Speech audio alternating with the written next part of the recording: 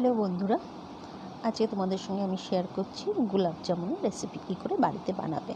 আমি একটা এমটিআরের প্যাকেট কিনে নিয়ে এসে গোলাপ জামুনের, তারপর প্যাকেটটা কেটে বাটির মধ্যে পুরো পাউডারটা ঢাললাম। ঢালার পর এটা হাত দিয়ে ভালো করে এরকমভাবে করে নিয়েছি যাতে কোনো রকম লাম্প না থাকে, একদম মিহি হয়ে যায়। তারপরে রুম টেম্পারেচারে যে দুধ থাকে সেই দুধ আস্তে আস্তে দিয়ে এই ডোটা বানাবো। একবারে বেশি দুধ দেবে না, আস্তে আস্তে দিলে জিনিসটা ঠিক থাকে।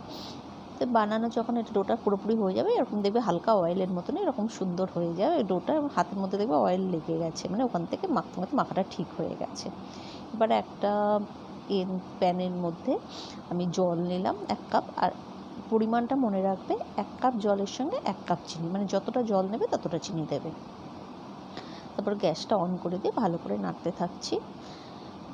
আস্তে আস্তে চিনি যখন গলে যাবে তখন দেখবে একটু জাল দেওয়ার পর জলটার মধ্যে হাত দিলে দেখবে স্টিকি স্টিকি ব্যাপার হয়েছে, তার রসটা তেমন হয়ে গেছে। এবার তার মধ্যে আমি দিয়ে দিলাম এলাচ থেতো করে, আর দিলাম স্যাফরন। আমি হাত দিয়ে দেখে নিলাম, হ্যাঁ স্টিক হয়ে গেছে। এবার আমি ছোটো ছোটো ছোটো ছোটো লেচি করে নেব।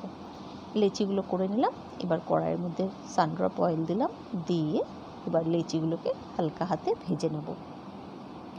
আচ্ছা, এদিকে এটাও আমি নাড়তে থাকছি যাতে শিরাটা ভালোভাবে হয়ে যায়।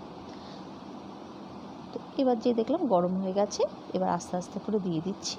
দিয়ে দেওয়ার পর যেই ভাজা হয়ে যাবে তারপরে তুলে আমি রসের মধ্যে দিয়ে দিচ্ছি, শিরাটার মধ্যে বলগুলো দিয়ে দিলাম। এবার এটা রেখে দেবো 1 ঘন্টা মতন রাখলে ভালো হয়, পুরো রসটা ভালো করে টেনে যাবে। ব্যাস, আমার গোলাপ জামুন গরম গরম রেডি। তো তোমরা কবে বানাচ্ছ কমেন্ট করে জানিও।